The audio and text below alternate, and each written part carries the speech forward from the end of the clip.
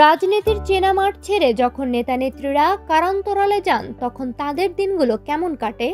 Narayanganj city কর্পোরেশনের সাবেক mayor Selina Hayat Ivy জামিনে মুক্তি পাওয়ার পর ফেসবুকে এমন এক অজানা ও রুদ্ধশ্বাস অধ্যায় প্রকাশ করেছেন যা পড়ার পর পাঠক থমকে যেতে বাধ্য, যেখানে মিলেমিশে একাকার হয়ে গেছে সুর, শোক আর এক বোনের বুক ফাটা আর্তনাদ। বাংলাদেশের উন্নয়নে ফেসবুক পোস্টে সেলিনা হায়াৎ আইভী জানিয়েছেন, কারাগারে থাকার সময় তার একাকিত্ব দূর করতে এবং মনকে প্রফুল্ল রাখতে নিয়মিত গান শোনাতেন বন্দী থাকা আরেক সাবেক সংসদ সদস্য ও প্রখ্যাত সঙ্গীত শিল্পী মমতাজ বেগম। জেলের বন্দি জীবনের অবসর পেলেই মমতাজের উপস্থিতিতে সেখানে বসত ছোট ছোট গানের আসর। সেই আসরে মমতাজের দরাজ কণ্ঠের গান আইভীকে জোগাত বেঁচে থাকার অন্যরকম এক মানসিক শক্তি।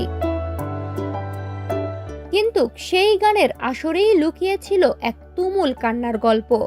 আইভী লিখেছেন, মমতাজের গাওয়া একটি বিশেষ গান আমার ভাইরে কইও নাইরো আন্তু গিয়া শোনার সময় তিনি কোনোভাবেই নিজের চোখের জল ধরে রাখতে পারতেন না।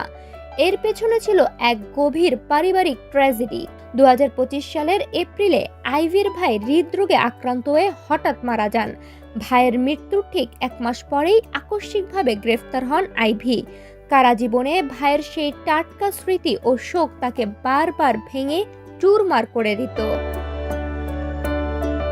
বেদনা সহ্য করতে না পেরে আইভী এক পর্যায়ে মমতাজকে হাত জোর করে অনুরোধ করেন গানটি আপাতত আর না গাইতে।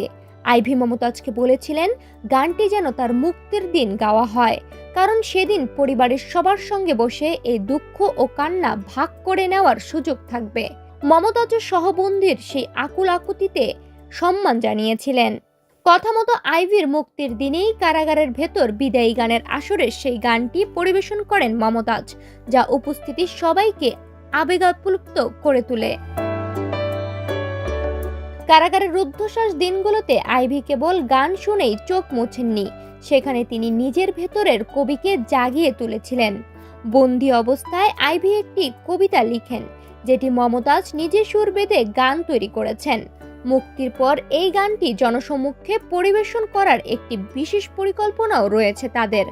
আইভী আরও জানান, বন্দী জীবনে তিনি নিয়মিত ধর্মীয় নানা অনুশীলন ও দোয়া কালাম পড়েছেন।